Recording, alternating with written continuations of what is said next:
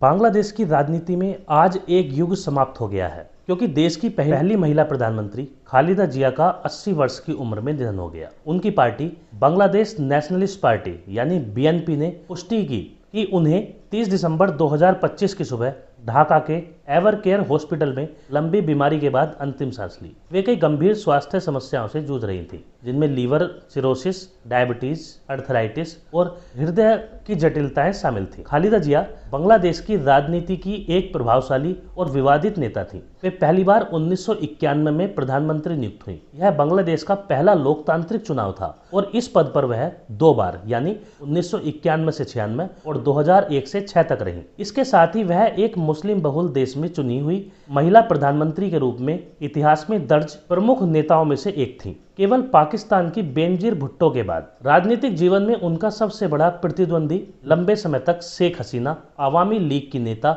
और बांग्लादेश की वर्तमान प्रधानमंत्री रही थी, जो बांग्लादेश की पूर्व प्रधानमंत्री थी। दोनों के बीच संघर्ष ने दशकों तक देश की राजनीति को परिभाषित किया और उन्हें अक्सर बैटलिंग बेगम्स कहा जाता था। खालिदा जिया के प्रधानमंत्री के समय में कई महत्वपूर्ण कदम उठाए गए, जैसे शिक्षा के विस्तार पर जोर, प्राथमिक शिक्षा को मुफ्त और अनिवार्य बनाना तथा राष्ट्रपति प्रणाली से संसदीय प्रणाली की ओर परिवर्तन करना। इसके बावजूद उनकी सरकारों पर भ्रष्टाचार और उग्रवाद के मुद्दों को लेकर आलोचना भी हुई। राजनीतिक संघर्ष और विवाद भी उनके करियर का हिस्सा रहे। 2018 में उन पर भ्रष्टाचार के आरोप लगने के बाद उन्हें जेल भी जाना पड़ा। हालांकि वह हमेशा उन आरोपों को राजनीतिक प्रेरित बताते रहे। बाद में अदालतों द्वारा कुछ मामलों में उन्हें राहत मिली, जिससे वे 2025 में राजनीतिक गतिविधियों में लौट सके। उनके निधन के बाद बांग्लादेश में 3 दिनों के राष्ट्रीय शोक की घोषणा हुई है और देश भर में श्रद्धांजलि कार्यक्रम आयोजित किए जा रहे हैं। उनके पीछे उनका परिवार, समर्थक और पार्टी के नेता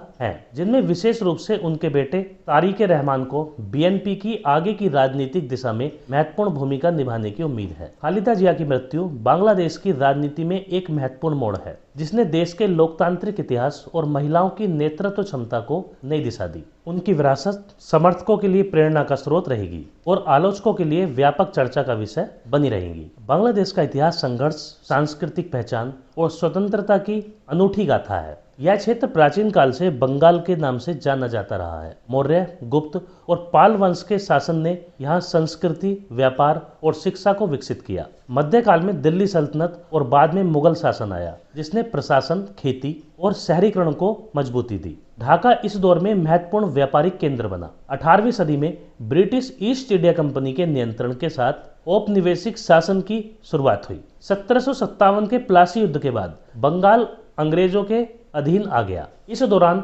आर्थिक शोषण, अकाल और सामाजिक असंतोष बढ़ा। 1947 में ब्रिटिश शासन समाप्त हुआ और भारत के विभाजन के बाद पूर्वी बंगाल पाकिस्तान का हिस्सा बनकर पूर्वी पाकिस्तान कहलाया। लेकिन भौगोलिक दूरी, सांस्कृतिक भिन्नता और राजनीतिक भेदभाव के कारण पूर्वी पाकिस्तान के लोगों में असंतोष बढ़ता गया। 1952 का भाषा आंदोलन बंगाली पहचान के लिए ऐतिहासिक मोड़ साबित हुआ। बंगाली भाषा को मान्यता दिलाने की मांग ने राष्ट्रवादी चेतना को मजबूत किया। 1970 के चुनावों में शेख मुजीबुर रहमान की आवामी लीग को भारी जीत मिली, पर सत्ता हस्तांतरण न होने से संघर्ष शुरू हो गया। 1971 में पाकिस्तान सेना की कार्रवाई के बाद आजादी का आंदोलन तीव्र हुआ। भारत के समर्थन से लंबी लड़ाई के बाद 16 दिसंबर 1971 को बांग्लादेश स्वतंत्र राष्ट्र बना। स्वतंत्रता के बाद देश को राजनीतिक अस्थिरता, आर्थिक चुनौतियों और सैन्य तख्तापलट का सामना करना पड़ा। 1975 में शेख मुजीबुर रहमान की हत्या के बाद देश में लंबे समय तक सैन्य शासन रहा। बाद में खालिदा जिया और शेख हसीना के नेतृत्व में